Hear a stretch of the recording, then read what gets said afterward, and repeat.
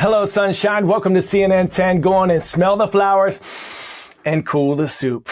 We made it to Friday, baby. Friday. Let's finish this week strong. I'm Coy Wire. Let's start today by taking a look at the possible implications of the special election that took place in New York earlier this week. Democrat Tom Suozzi defeated Republican Mazi Pilip in New York's 3rd congressional district election. This election took place to replace expelled former GOP Representative George Santos, who's facing federal charges that include money laundering and lying to investigators. Suozzi's win is significant because it helps Democrats tighten the already slim majority the Republicans have in the House of Representatives. Their control now slips down to just 6 votes. And the repercussions may not end there. Our Lauren Fox explains what this might mean for both parties as they try to win over voters in the upcoming presidential election season. A Democratic victory in New York, shrinking an already narrow Republican majority in the House. Let me just enjoy this for one more minute, okay? As the GOP grapples with what it means for their chances in November. The result last night is not something, in my view, that Democrats should celebrate too much. There was a weather event that affected turnout. There are a lot of factors there. That is in no way a bellwether of what's going to happen this fall. Many in the party arguing former 3-term Congressman Tom Suozzi won in a district where he had high name ID against a relatively unknown GOP opponent. I think it was a little bit of the devil you know versus the devil you don't know. But the special election in the New York suburbs still a key opportunity for both parties to test drive their messages, and a sign for Democrats that they may be able to play offense on immigration, one of the most difficult issues facing them this cycle. If the Democrats are now going to try to campaign on wanting to secure the border, we should actually call their bluff and make them do it right now. On the trail, Republican Mazi Pilip hammered Suozzi on the border in a district where a migrant shelter was built just last summer. We are fighters. But Suozzi attacked his opponent for not having solutions and instead embraced a bipartisan Senate bill aimed at cracking down on asylum claims and more quickly processing and deporting migrants that come to the U.S. illegally. Tom Suozzi talked about issues, fixing challenges, solving problems. The district, which Biden won by 8 points in 2020, has emerged as a key battleground for Republicans in recent years, with a powerful party apparatus that helped elect George Santos and a new class of GOP congressmen in 2022. Both parties view those suburban districts as key to winning the majority in 2024.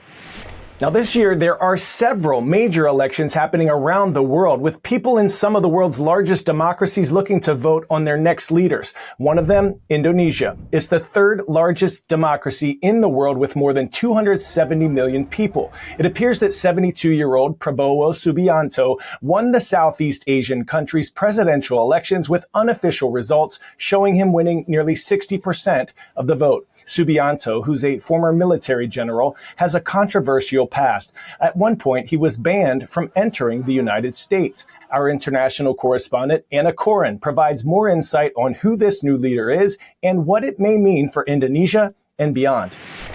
This is a job that Prabowo Subianto has wanted for a very long time. He staged a takeover in 1998 after the fall of the Suharto dictatorship, but failed. He ran for president in 2014 and 2019, but lost both times to Joko Widodo and then falsely claimed the election had been stolen. The 72-year-old will be Indonesia's next president. The quick count, a reliable pollster, shows he won almost 60% of the vote, which means there will be no runoff. And as the votes were being counted, he addressed the media while doing laps in his indoor swimming pool. Well, official results from the Electoral Commission won't be revealed until next month. But when he greeted supporters last night at a Jakarta sports stadium, it may as well have been a victory celebration. He received a rock star welcome where he said this was a victory for all Indonesians. Take a listen. This victory must be the victory of the people of Indonesia. Prabowo Gibran and all of the Indonesia Forward coalition will embrace all elements and powers and become the president, vice president, and government present for all the people of Indonesia. But claims of vote rigging and massive fraud have been made from the other presidential candidates who vowed to investigate, and there have been a number of small protests staged in Jakarta today.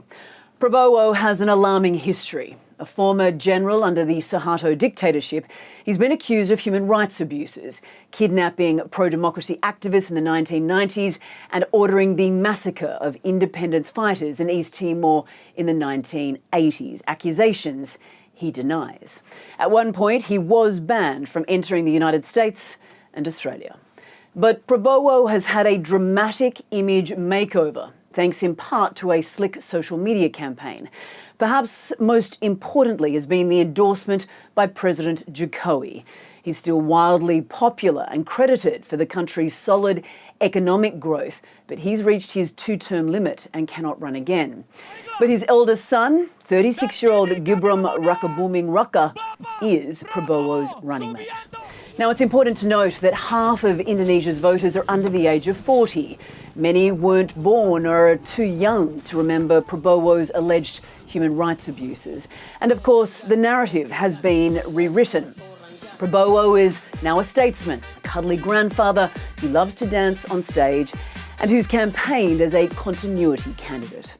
But critics are very concerned about what this means for the world's third largest democracy, and if Prabowo, who has previously said that Indonesia needs an authoritarian leader, that under his reign, the country will slide back to its authoritarian past. Pop quiz hot shot. A typical full-size standard piano has how many keys on it? 108, 88, 72, or 61? If you said 88, great, great, great. A standard piano has 88 keys. 36 are black, representing sharps and flats. The 52 white keys are the natural tones.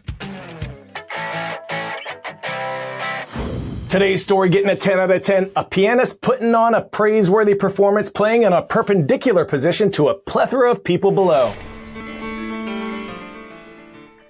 More than 30 feet above the ground, Swiss pianist Alain Roche plays a piano hanging vertically in the air, suspended from a crane.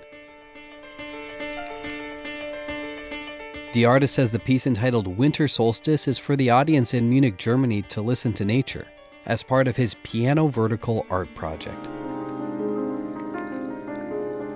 He plans to change the musical composition every day, based on natural sounds around him.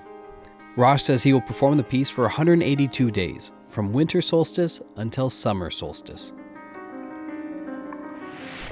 Very cool. All right, we are off on Monday in observance of the federal holiday President's Day, and then I'll be missing you the rest of the week due to winter school break here in Georgia, but we'll have some guests filling in. It'll be awesome, and you will see me for a very cool 10 out of 10 where I ask celebrities for their tips for success for you. Before we go, shout out time. Let's go up to Ansonia, Connecticut to give a salute to the Chargers at Ansonia Middle School. What up, Mr. Lynch? And this shout out goes to Miss Morris's class at St. Martin High School in Ocean Springs, MISSISSIPPI. Rise up, lovely people. From me and my CNN team, have an awesome holiday weekend. Make someone smile. Remember, you are more powerful than you know. I'm Coy Wire. It's been a blessing to spend this week with you.